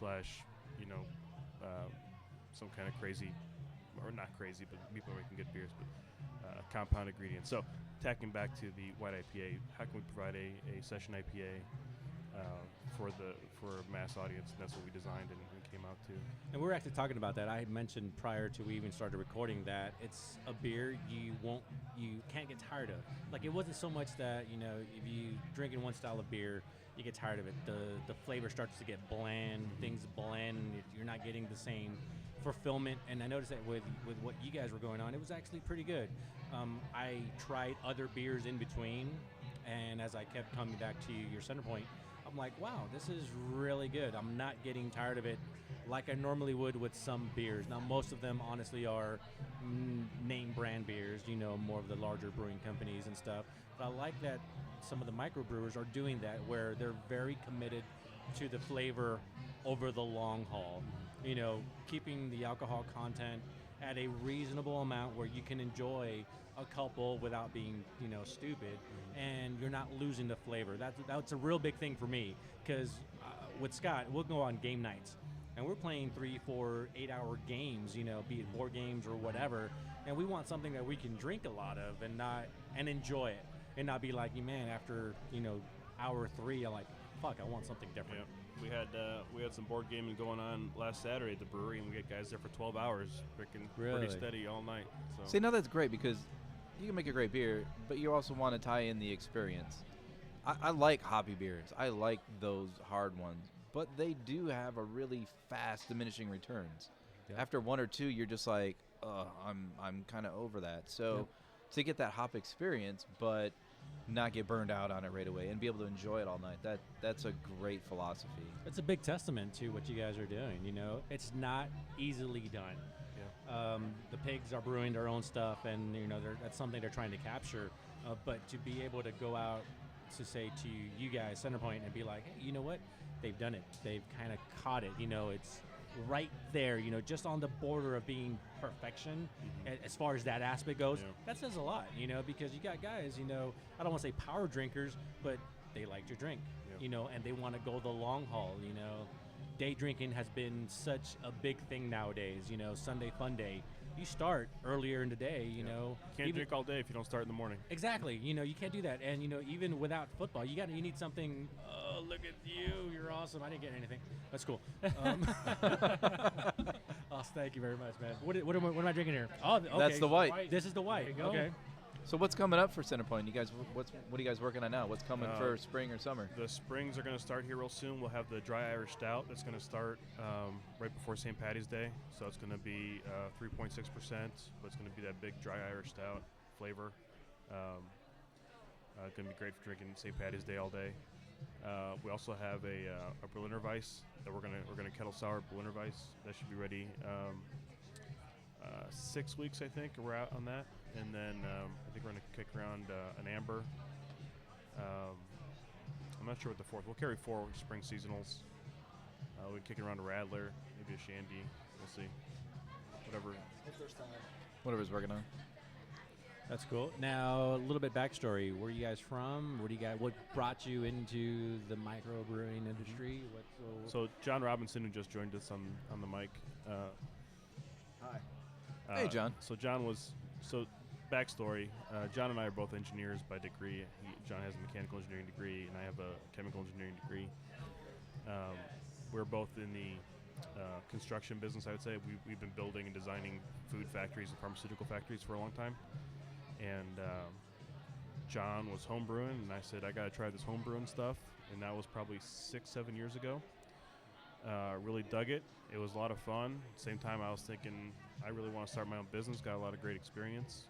John had a lot of great experience. Like, hey, this craft beer stuff is really starting to take off as a way to actually earn a living and make great products. So we were making good recipes by all accounts. Started submitting our products in for professional judging, getting great scores. Start building the business from there, and business plan, and finding some money, and then we started construction. And I'm in it full time now. I run the operation, and John runs sales marketing. And I just keep trying to design those really easy drinking, well balanced beers throughout have a good portfolio throughout the year. See, I think that's great. I don't mean to interrupt anybody. I think it's so cool that you can do something that you love to do and you're passionate about, and then you get somebody to pay you for it. I think, honestly, you never work a day in your life when it comes to that point. Am I right? I will ask Pete when he starts getting paid. Yeah. One of these days I might get a check. See, now when you were talking earlier about your processes, I kind of guessed you had an engineering background, how you discussed all the precision that goes into your brewing methodology. Yeah. But that's great because that allows you to keep a consistent product, brew after brew after brew. Yeah, the Center Point name, I touched on in our beer philosophy. Another big part is our commitment to process control, being engineers and having that process control background. You want to, anytime you talk about process control, you want to be in the center point of the process. That's just the terminology. So we want to be in the middle, in control. Every step is on purpose, and every target is hit. Third part of the Center Point name is when we're talking in the garage about what we want this place to be. One, to create a really great space for the neighbors to be able to come back together, kind of be the center point of the community. People come back together and talk and get off their phones and just meet their neighbors again. So I think we're really starting to get some good neighborhood support where we're at 10th and Massachusetts and downtown Indy. Neighborhoods coming together. We got 3 great neighborhoods there. A lot of people are coming in, loving the space. So I just welcome everybody to come in and hang out and just talk beer. And we love talking about the process of beer. We got tons of homebrewers that come in, just want to bullshit about how to make beer. And we chat them up all the time. We love talking about it. Hopefully we keep all the work, give them a brewing off or something. Yep. That's one thing we found with the community here in Indianapolis is that no one is afraid to talk to anybody else. Like, it's like, hey, everybody's door is open to talk beer, talk ingredients, talk processing, talk time frame, talk whatever. No one's being, a dick about it and be like, hey, you know what? No, this is what I'm doing. I don't want you to learn my secret. Especially on the professional side. Because we came out of food manufacturing. A lot of the other guys in town are coming from brewing and being keg cleaners to stepping up, learn how to brew, and then opening their own places. Everyone's been so helpful and so welcoming. It's really been refreshing from other industries. I don't know if you mentioned this before. Sorry, I joined the conversation a little late here, but so Derek, our head brewer, Derek Herring, is an engineer as well, graduated from Rose-Hulman. So he shares a lot of the same ideals that we do when it comes to process control and making great beers. But so just kind of tagging on what Pete was saying about everybody being nice. So Derek came from Danny Boy. I met Derek at Winterfest in 2016, I guess. Yeah, 2016. And, we just started talking from there. Him and Dustin Brown up at Danny Boy have been very helpful to us. They used to brew on our system that we bought from Cutters, so they work together out there. So it was really good, easy to have them to help us along whenever we're scaling up our recipes on that system because they knew it like the back of their hands. So. That's really cool because we've had, obviously, other brewers here, and we have often heard the passion behind something. You guys are bringing not just a passion, but I don't want to say mechanical, but more of a calculated estimate of what you know is going to work coincide with your passion. That's awesome. Like, you have the best of both worlds. It's not mechanical, it's beautiful, and it's not just passion, it's true, and it's very difficult to be able to blend both. So, for Centerpoint, do you guys have any events coming up, something we can look forward to, in-house activities? Indiana Tap's going to be having an event there. 21st of March? Yeah, March 21. It's a Tuesday evening, I believe. We got a couple of blues bands that are going to be coming in. One's April 28th, and the other one's going to be in June. April 8th, we'll be down at Bloomington Brew Fest. Okay. So we'll be down there. Same day in our tap room, we got a band playing. Hank Hager Band will be there, so that should be good. Getting a lot more food trucks coming in on the weekends, Thursday through Saturday. So we got Bocce League on Friday night. So that's kicked up last week. So this was their second week. So a lot of private events going on, and some more public events that'll be coming up. So just keep a lookout for us on Facebook, Twitter. Definitely. No. And if there's anything y'all need, maybe we need to get together and hook up at your shop. Yeah. Awesome. Thank you, Peter, John. Yeah. Appreciate it. Thanks, Thank you guys. so much. Center Point. Yep. No problem. Thanks, guys. All right, we are back, and we are going to wrap up the show tonight with Andy from Too Deep. We keep seeing each other on the way through. We've tried to do this, man. Hey, you're saving the best for last, right? That's right. Can I say That's that? right. Right. We're closing the Pies and Pints night down with 2D Brewery. Thank you. Man, welcome to the show, man. It's good to have you. Appreciate it. Thank you, guys. I'll just throw this out there, man. I'm a huge fan of your brew. Thank you. There's some in my fridge right now. If we went home right now, it's there. Good to hear. All I don't right. even have any in my fridge, so What? I think we're going to your house. Oh, let's do it. All Let's right. do it. Hey, After party. Hey, it's still early. We've got time. It is. Yeah, but I don't think one of you has keys to the actual brewery. That's where we should be going anyway. See those I do have. Yes. Hook us up, Andy. Come on. Well, so we're at Pies and Pints tonight. Incredible, just a great time tonight. We had a great turnout. It was. A lot of great breweries, a lot of great pizza. Man, what did y'all bring out tonight? I know you had, I think, 3 different ones you brought out tonight? Yes. Yeah, we brought 3 of our beers. 2 of them were our house beers, our Nightstick Cream Ale, our Brick House Roasted Amber, and our one of our seasonals right now, our Jolly Old Milk Stout. Yeah, very nice. And I had that milk stout. Yeah? Really good, man. Thank you. Really good. We all had loved it. it. Thank Oh, you. yeah, I Thank think you. We were all raving about it. We've Yeah. already talked about it once. So I'm not going to complain. And we have Lindsay joining us, too. Hi, Lindsay. Hi, guys. How's it going? Good. So tell me a little bit about Too Deep, the history of Too Deep. Sure. I mean, you guys have been around for a little bit now, right? We have. We just hit about 2.5 years now. We opened August 2014. It was a kind of a long process by way of living in Chicago for a time and then moved back to Indianapolis. Okay. I kind of discovered craft beer when I was living in Chicago. Everything I knew about beer was from down in Bloomington, and it wasn't pretty. Yeah. So went up to Chicago, was working there. A buddy of mine took me to a place called the Map Room. Introduced to a world of beer that I did not know existed. A couple months later, found out about home brewing, and I'm like, holy shit, you can actually make this stuff at home? What's this all about? Yep. So jumped into that head first and just kind of went bonkers with it. I love the process behind it. You know, drinking that beer at the end of the day was, or at the end of the however long, but it was kind of the added benefit. I just love doing it. And that kind of just spiraled out of control. And, some friends were up visiting. They're like, why don't you start a brewery? And I'm like, people don't just do that. And this is circa 2006, 2007. And just didn't hear that. And kind of looked into it and thought, you know what, maybe there is something here. And so started actually working on an idea for the Chicago area. Right. And we relocated back to Indianapolis in 2010 and kind of got sidetracked with everything. And 2011, it was like, okay, hold on. You got Sun King, you got Triton, you got Flat 12, and Fountain Square just opened, and it was like, all right, there's something here. Yeah. So I was like, if I'm going to do this, I need to get my butt moving. Nice. So I kind of took the business plan off the shelf, dusted it off, and kind of revised it and made it what it is. And, up to that point, I never trusted myself as a home brewer to do this. So by way of what I was doing as my previous life, had home office base, so I went to Siebel Institute spring semester of 2009 because I didn't trust myself otherwise. Mm-hmm. And so, yeah, kind of put all the pieces together. In 2014, we opened up. Here you are. So, yeah. We're glad you came here instead of Chicago, man. Yeah. It worked out well. Very nice. So yeah. So where's your location at? So we're 714 North Capitol. We are right at St. Clair, right where the Cultural Trail crosses over Capitol Avenue. Okay. So we kind of coined ourselves more of a malt-focused brewery.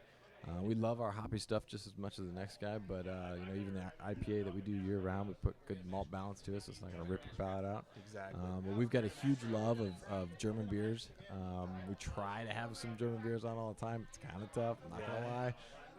But yeah, German ales and lagers for that matter. So yeah. What do you got new coming out? Anything in the pipeline? Sure. We've got our dry version of our stout coming out here in a few weeks. Getting ready for St. Patrick's Day. Our Irish Very extra nice. stout. Perfect.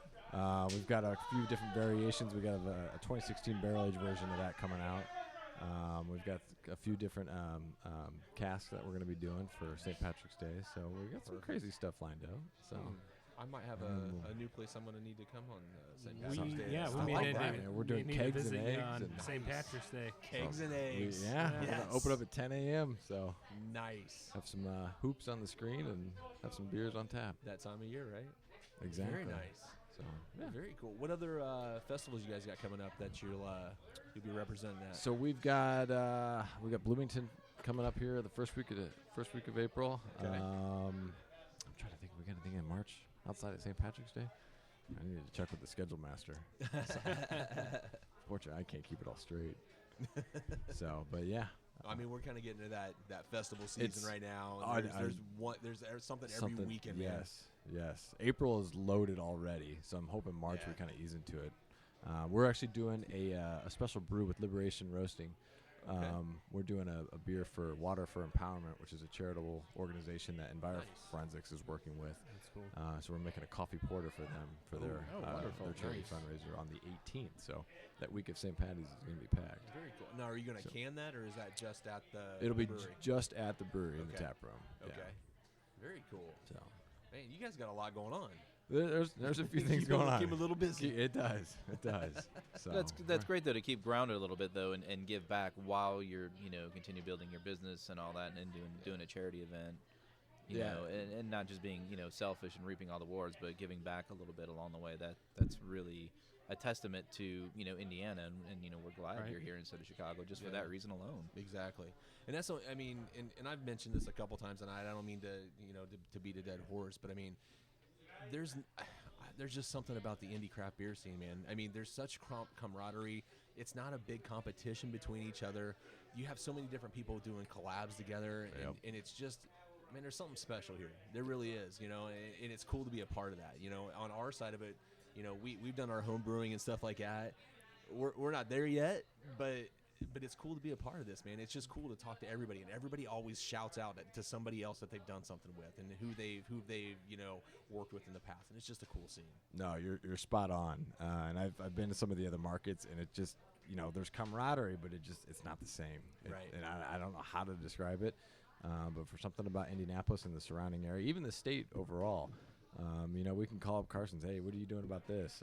We can call up people up north, and hey, Burnham, how do you handle this? So it's pretty cool. Yep. It's pretty cool. I mean, we've had people tell us that they'll be out of something. Hey, man, you have Yeah. this malt? Yeah, I'm on my way. It's like that, and it's just crazy.